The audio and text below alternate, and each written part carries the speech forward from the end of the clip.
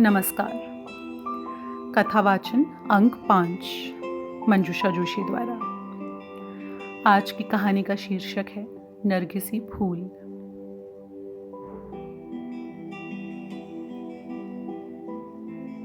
आज सिजा जब सुबह सुबह उठी तो खिड़की से बाहर देखते ही उसका चेहरा मुरझा गया। अरे, कहाँ चले गए? कल तो यहीं थे।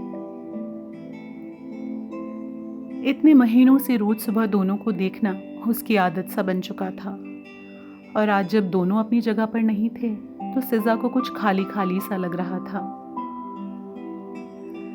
सुबह सुबह बस वो दोनों सामने दिख जाते तो सिजा का रोम रोम पुलकित हो उठता था। सुवासित हो उठती थी उसकी सांसें। मन एक अद्भुत खुशी महसूस करने लगता, और सबसे खास बात, इन सब का सकारात्मक प्रभाव पड़ता उसके मन मस्तिष्क पर, और कलम खुद ब खुद कोई गीत लिखने लगती। पता नहीं क्या जादू था उन नरगिसी फूलों में। बस देखते ही मन मचल उठता। शायद असीम का असीम प्यार भरा था उनमें। आखिर उसी ने तो सिजा को जन्मदिन पर यह गमला उपहार में दिया था, और फिर दोनों ने मिलकर उसमें नरगिसी फूलों का ये पौधा लगाया था। देखो ना सिजा, तुम्हारे लिए काम सौंप कर जा रहा हूँ। कल ही मुझे कंपनी के एक प्रोजेक्ट के लिए दुबई निकलना पड़ रहा है। बस 6 महीने की ही तो बात है, फिर आते ही झट मंगने और पट ब्याह। बस तब तक मेरी यादों को इस पौधे में संजोते रहना। असीम को सिजा को बातों में उलझाना बड़े अच्छे से आता था। असीम बेशक चला गया था, लेकिन सिजा हर रोज बड़े अरमानों से उस पौधे को सींचती रही। सिजा की खुशी का उस वक्त ठिकाना नहीं था जब वह एक रोज सुबह उठी और उसने पौधे पर 2 गुल खिले हुए देखे, मासूम से पीले रंग के। दोनों फूल बिल्कुल एक दूसरे से जुड़े हुए थे।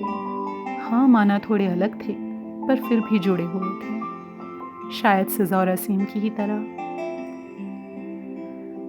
सिजा रोज उन फूलों को निहारती रहती और असीम को याद करती रहती। सिजा की रोज असीम से फोन पर बात होती थी। भला 2 साल से चल रहा प्रेम दूरियों से कैसे कम हो सकता था?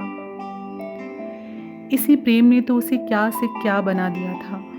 कभी किसी को चिट्ठी पत्री में 2 अक्षर ना लिखने वाली सिजा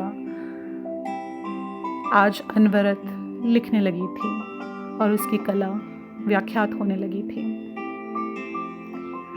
अपने जज्बातों की स्याही में भिगोकर क्या क्या न लिख डाला था उसने। तेरे एहसास में खुद को ऐसे फना कर दिया हमने, जिंदगी बाकी न बची, न तेरे साथ और न तेरे बाद। पता नहीं कैसे एहसास थे जो दिल से निकलकर पन्नों पर बिखरते रहते थे। जब भी मन होता, सिजा उन नरगिस के फूलों को निहारती हुई खिड़की के पास कागज कलम लेकर बैठ जाती। माँ जब डांटना शुरू कर देती तब जाके सुध पड़ती कि कुछ खाना भी है और घर का कामकाज भी देखना है। पर पता नहीं पिछले कुछ दिनों से क्या हो गया था उसे। पतझड़ का मौसम आ गया था, फूल मुरझाने लगे थे। माली से पूछकर खाद पानी भी डाला। असीम को फोन पर भी बताया तो वो भी पहले खूब हंसा, फिर बोला, पतझड़ बीत जाने दो, सब कुछ ठीक हो जाएगा।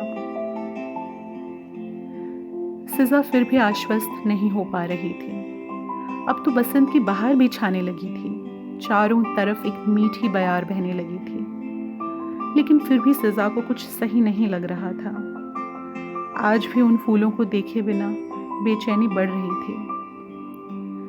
सिजा कागज कलम फेंक कर बाहर आ गई थी और गमले के आसपास ही चहलकदमी करने लगी। कुछ समझ नहीं आ रहा था कि हो क्या रहा है। इसी सोच में उसे ये भी ध्यान नहीं रहा कि काफी देर से बाहर की घंटी बज रही है। सिजा, कहाँ खोई हुई हो? दरवाजे पर कब से घंटी बज रही है? ध्यान कहाँ है तुम्हारा? माँ ने दरवाजे की ओर जाते हुए पूछा। इससे पहले कि सिजा संभाल पाती, दरवाजे पर असीम खड़ा था, मुस्कुराते हुए हाथ में नरगिसी फूल लिए। धन्यवाद।